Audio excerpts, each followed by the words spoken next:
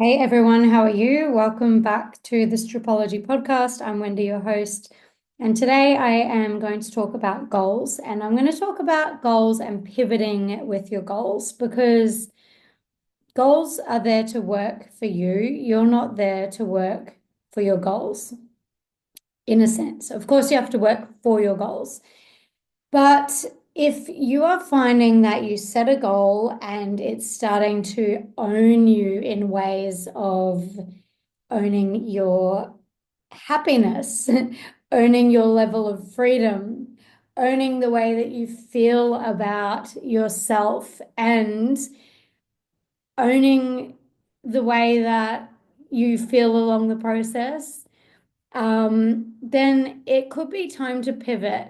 And so, what I mean by that is like, you don't need to uh, give up the goal that you set, right? It can feel like a really, you know, defeatist kind of feeling if you're like, you know what, I need to set that goal free. Like it's getting out of my sight. It's starting to make me feel not good.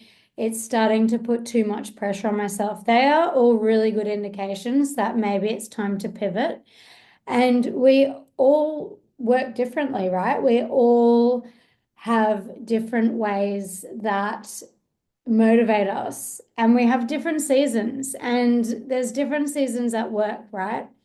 And so sometimes setting like large long-term goals is really feels really good and motivating. And sometimes, midterm goals, short-term goals, they've all got a different purpose. And it's usually good to set different time frames, different length goals, different size goals to work towards to keep you on track. Um, and so if you're finding this like pressure, this crushing feeling, and it's basically distracting you from your goals, like your goals are literally distracting you from your goals, then it's a good time to reassess and look at like, where can I shift things to create motivation again? Because goals are there for a purpose. They're there to motivate and they're there to keep you on track. They're there to check back in with if you're losing motivation. And if they're not serving those purposes, then it's time to reassess. And so, yeah, we don't need to fully let go of the goals. We might need to redirect our focus and get back on track towards those goals, simply by not focusing on that goal, focusing on something else, getting that momentum back and finding that that's the thing that gets you back on track. Now, I've been working with so many people lately, and at certain times, I'm so glad when they speak up and they're like, look, I'm starting to feel, like pressure or, like there's so many telltale things that when I hear it, I'm like, cool, let's like go back to scratch. Let's look at the basics. Um, and yeah, so there's so many telltale signs when, okay, like focusing on achieving this one set thing is becoming disruptive and destructive. Um, let's shift the focus. Like, let's search around and find the thing that makes you go, that's it. That lights me up again. That feels good. That is motivating again. I feel the spark again. That's what a goal needs to have in place. If it starts to feel like it's owning you and owning your spirit, your every movement and choice, let's look at other things to focus on. So some things that we've been looking at lately, and just throughout my coaching and time is, say, for example, we wind it right back to actually being able to like show up at work and have a good time and, be in that flow energy that if your goals are currently crushing that, we need to get back to that. And so it might not look like focusing on money at all. So a lot of the time, well, not a lot of the time, but sometimes people aren't motivated by money. They're like, like, yeah, I've got enough. I can take it or leave it. But, I really want these big other things down the track. And then converting that to, okay, cool. How does money support that? And mapping it out from that direction. Sometimes when you are feeling just so disheartened and or burnt out, it's really good to reassess um, your goals. So leaving them on the table, leaving them just on pause, just sitting there, ready to get picked back up when it feels, like the momentum, like things are clicking back into place. And you might want to look at other things like challenging yourself to a talk to a customer within the first 10 minutes of being at work. You might want to challenge yourself with approaching people that you wouldn't normally approach, whether it's like, the general ones are like couples or big groups. There's so many like little challenges that you can set yourself that that if you did it, you'd feel really proud of yourself for your efforts.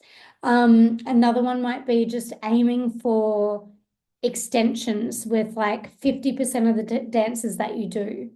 You know, it might look like just having a really good interaction with someone and with the aim of leaving them feel better than they felt before they met you, leaving you feeling uplifted and not drained. If say that's your thing at the time that you're noticing, oh, I'm just feeling so drained going into work. I'm feeling so drained talking to people. Huge signs to reassess and pivot. And so rebuilding that momentum, things like confidence and motivation come from the small wins. And you might notice sometimes, say you have a slight emotional link with like your outcomes. And, we're human, it's only natural. Say, for example, you have like a series of 2 amazing weeks where like you had amazing customers, you made heaps of money, like things were flowing. You naturally view work and all of the things in a different light than if you had two really shit, difficult, obnoxious customer kind of weeks in a row. You view work in a different light, okay? And so even just being aware of that difference, like your the way the different what's it saying? If you look at things differently, if you change the way you look at things, the things you look at change. And that is just so true in anything we do, right? And particularly work. So, if you're noticing that you're on a bit of a roller coaster ride where you're like a bit linked with the outcome, where it's like, oh, I'm on top of the world. And then like 2 weeks later, you're like, oh my God, I need to leave this industry. It's fucking draining my soul or something like that. That's a really good indication to either literally check in with yourself and assess like, do I need just a change of perception? B, do I need to reassess my goals? Um, C, do I need a little break? Do I need to refill my cup? Like, what is the thing that's going to help you have those small wins to get back on track? Because in the moments where you feel like, oh my gosh, this goal is like sucking my soul and it's just not going to happen, that's a moment in time.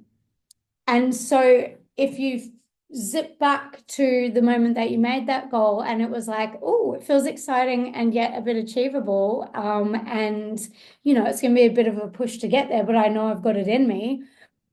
That's great. Like you can see there was a moment in time that it felt achievable. And then you're just in another moment of time where it doesn't feel good and it doesn't feel achievable. But we don't need to burn down the whole city. We can just put things on pause, reassess, pivot, and go back to just backing ourselves, bite-sized pieces, and just setting those small wins for ourselves. It makes the world of difference. And there's no shame in doing that. It's just sometimes we don't give ourselves permission to do that. But if you're in the long game, like say stocks, for example, like if you're trading and, there's a downturn and you freak out and you're like, everything's fucked, like you zoom out and you look at the graph from afar, and it's like there's always going to be peaks and troughs, right? So, you know, the the thing that's really important is holding yourself through the different stages and being able to remind yourself, like, yes, there's going to be a series of good and bad situations. Like, there's always going to be a series of good things followed by bad things, followed by good things. Maybe not in that exact order, but the next thing is around the corner. And how do you pivot that? How do you uh how do you support yourself to remaining as on track as possible, weathering the storms that come up, you know? And then a whole other layer to this is obviously life happens. You know, I've got several clients at the moment that have literally been experiencing like on top of the world patches, like really, you know, extended patches of like amazing flow, amazing results, feeling amazing. And then something happens in their private life that disrupts that. And then if you have experienced this, like you'll know, like it can feel like the whole house of cards has just collapsed. And it's like, fuck, do I now need to start from scratch? Is this even for me? Blah, blah, blah. It can get pretty catastrophic in the thinking.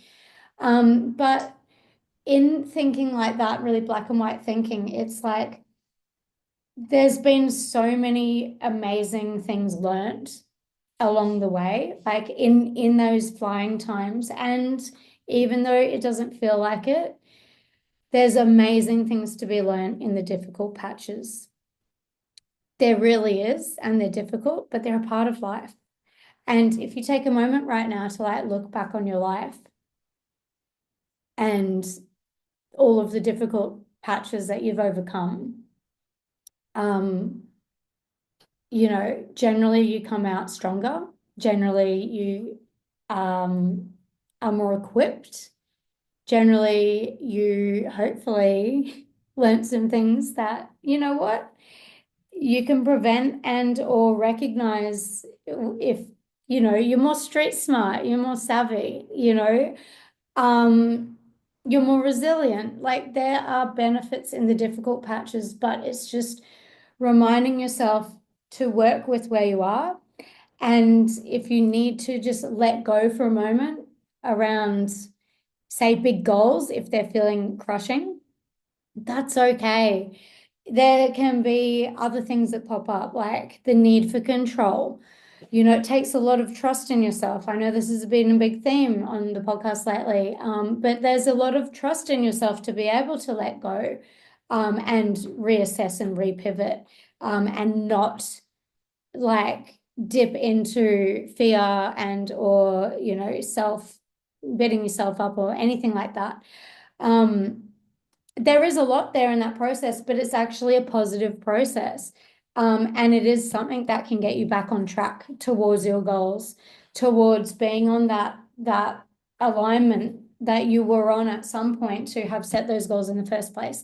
It's just a matter of reassessing and getting yourself back on track, but giving yourself that space and not judging where you're at, because life's always going to happen and there's always going to be things that pop up. So, yeah, if you're flying high, remembering to ground down. And if you're going through a difficult patch, remembering that it's not permanent, and give yourself what you need and it's all okay.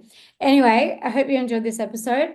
What was I going to say? Yes, so from probably by the time this podcast comes out, this current round of the Industry Academy is coming to a close. So it's been such an amazing 3 months and it's been such an amazing group. It's always, there's not a lot of words that I can use to describe just how special, you know, each round is.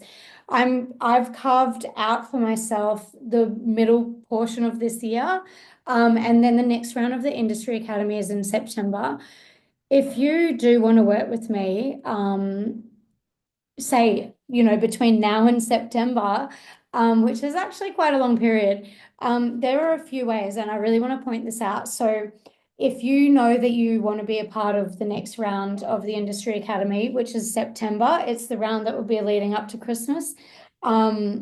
There's already been people joining behind the scenes. If you want early access to all of the content and I post you out your workbook, reach out to me. You can get early access so you can start chipping away at the content and be ready and prepared for when we have the group calls and when the container kicks off.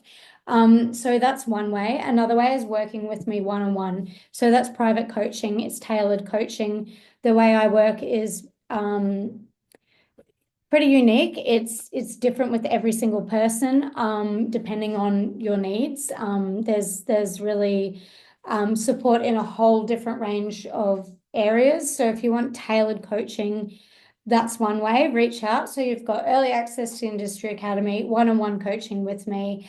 And if you want to have a browse as well, I've got some courses, mini courses that are available. They're each around a couple of hours worth of content, really, really interesting, in depth. Some are centering around the sales process itself.